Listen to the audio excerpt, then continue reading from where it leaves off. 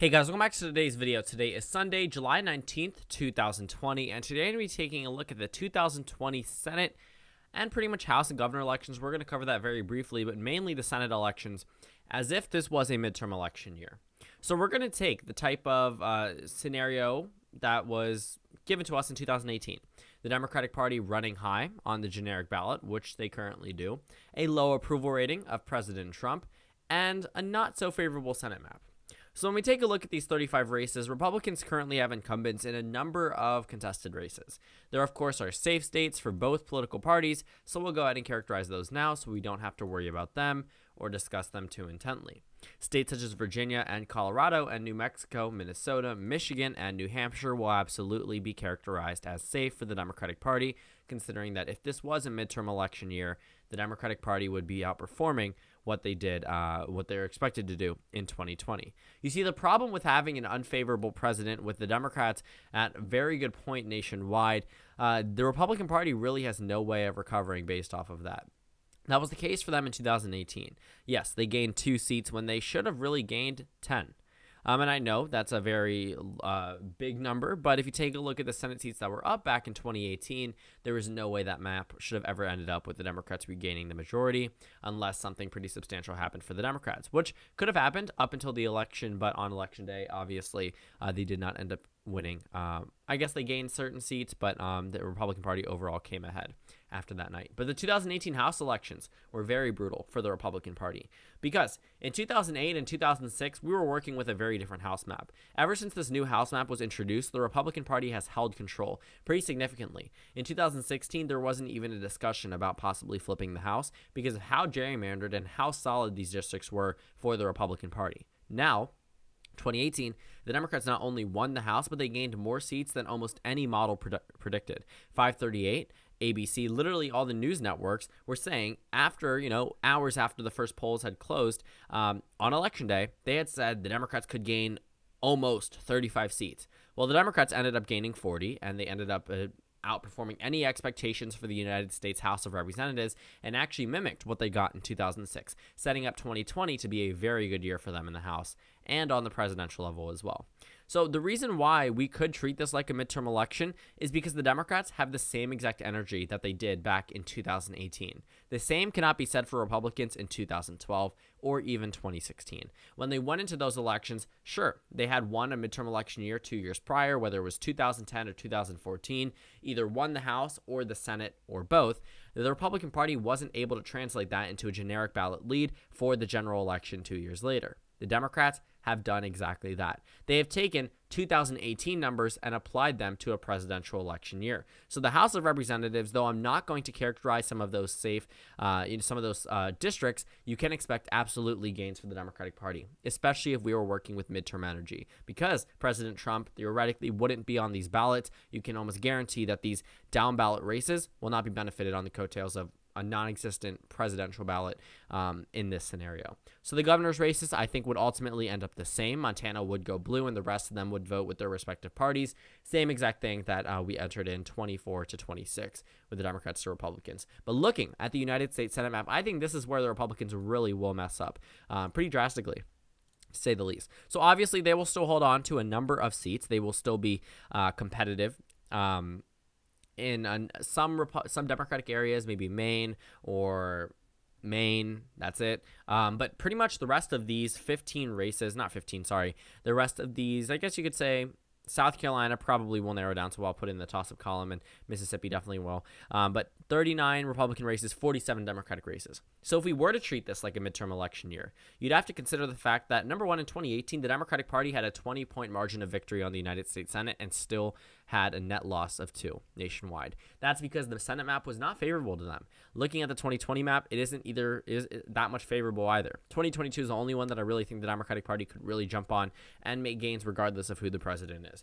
But as we look at 2020, there are a number of solid Republican seats that have since narrowed up as a result of the Democratic Party or anti-Trump sentiment. And you can guarantee the Senate elections would actually go a bit better for the Democrats if Trump was not on the ballot. That just as a result of the fact that a number of these seats that the Democrats are hoping to get are Republican states on the presidential level. So if Republicans don't have any reason to turn out in the midterm elections, obviously they would if it was a general election, that puts the Democrats in a much better position to win seats. That means looking at some of these more solid Republican races, they absolutely would narrow up. We could see South Carolina, which I normally would characterize actually as likely, but still be considered likely. Mississippi absolutely would be likely. The GOP may not have as strong of a grip on Alabama as we might expect. Maybe more competitive in some other races, but the Democrats ultimately would benefit from this, absolutely gaining seats. They would undoubtedly win the state of Arizona, probably by a likely margin at that. Taking a look at states such as North Carolina, I still think it would be lean, but it would be a lot more solid for the Democrats. They'd definitely be able to drive up turnout in that state, especially if Trump wasn't on the ballot nationwide. I think Republican turnout obviously would be high in a presidential election year, but in the midterm elections, Republican turnout wasn't too high in 2018, but the Democrats were able to bring out 60 million voters in the House of Representatives. Prior to Obama, no candidate reached 60 million votes. So the Democrats were able to bring out numbers that no candidate had ever seen in the past prior to President Obama.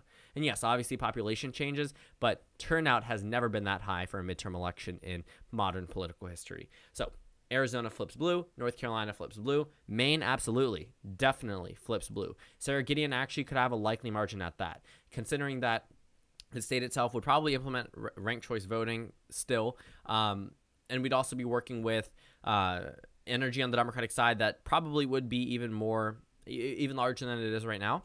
I still think that Michigan could still be a likely margin, but New Hampshire and Colorado, I'm not moving down. I think these would be safe, almost without a doubt.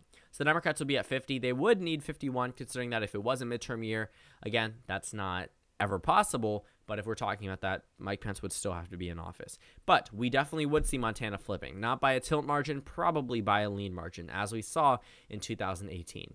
The Democrats would absolutely bring even more energy into states such as Iowa as well. I think that one would definitely go to the Democrats if this was a midterm year, without a doubt. Take a look at 2018 for a perfect example.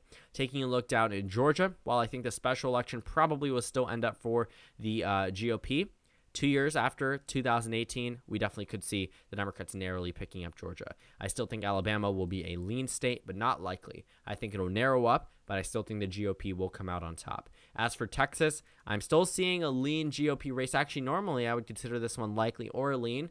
I still think John Cornyn would narrowly edge this one out. I don't think MJ Heger is probably not going to outperform Joe Biden, probably going to underperform him. Even if Biden wins the state, I don't think the Senate election will go to the Democrats, but Texas goes to the GOP. Looking at some of the other races that are up, the final remaining races, we have Kentucky. I think that Mitch McConnell definitely could be given a run for his money. Amy McGrath could come up into the lean column, possibly, a 5-point margin for Mitch McConnell.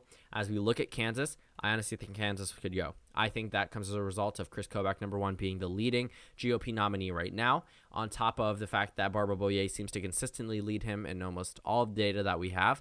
And she's also performing very well against Roger Marshall in this race. And obviously, we're taking a look at similar numbers. President Trump at a 41% approval, while Democrats have 49% of the nationwide vote. And also Trump has a 56% disapproval rating. A lot of those undecideds will likely break for the Democrats given the opportunity. And yes, I understand that this map may not be too favorable for the Democrats, but you can guarantee they will outperform what they're expected to get in 2020. As for the state of Alaska, that one's a little tricky. I still think the Republicans might narrowly edge this one out, but I'm not so sure about a comfortable margin for the GOP. A lot of energy will be poured into a number of these races, the likes we probably wouldn't have seen, that we aren't necessarily seeing, and I know that seems very crazy. We're seeing a lot of energy on the Democratic Party side, but if this was a midterm year, President Trump wouldn't be on the ballot to save any of these Republicans, to narrow up any of their races. Kentucky, there would be no reason for Republicans to come out in full force. In Alabama, same thing. In South Carolina or in Mississippi, same thing. I don't think there would be any reason why the GOP would come out unless they were super happy with the way that President Trump is handling the country. At the end of the day, these are GOP states. They likely will still go to the Republican Party on those statewide races, even though the Democrats do have a lot of energy on their side. But we will not see anywhere near the numbers that we might see in this 2020 election because Trump won't be on the ballot. There's no coattails to ride, which means the Democrats will likely outperform their margins in a number of other states. We could see Michigan be likely, Colorado and Virginia and New Mexico and New Hampshire.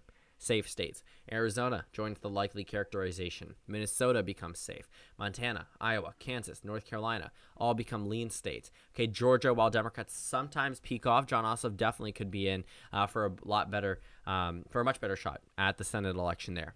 Alaska could be closer. Texas absolutely would be closer. And looking at the Senate map, obviously a number of states are going to remain safe for both parties. But this would ultimately end up with 54 Senate seats for the Democratic Party and 46. I actually think that I may be able to get rid of the so that way you can go ahead and see on the side 54 to 46, the exact partisan composition.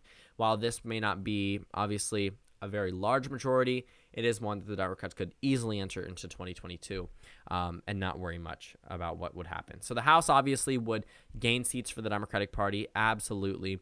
Looking at the 2020 Senate elections, same thing here, absolutely gain seats. I think this is a net gain of 7. Wow, I think that our Republicans only picked up 1 seat, Alabama. The Democrats counteracted it with 8 gains in Georgia, North Carolina, Iowa, Kansas, Montana, Arizona, Maine, and Colorado. So that's 8, and then obviously that. So everything here would, pretty much end up giving the Democrats a very clear majority in the Senate. Obviously, expanding in the House and the governor elections would likely remain the same. So thank you guys so much for watching this video. Make sure to comment down suggestions below. Subscribe on the left if you haven't already, and check out our Instagram and Twitter. Let's Talk Elect for Instagram and LT Elections for Twitter. On your screen, you should see a video and then a playlist for my 2020 Senate election projections. You can just go ahead and check those out if you want to. Again, thank you guys so much for watching this video, and I will see you all tomorrow.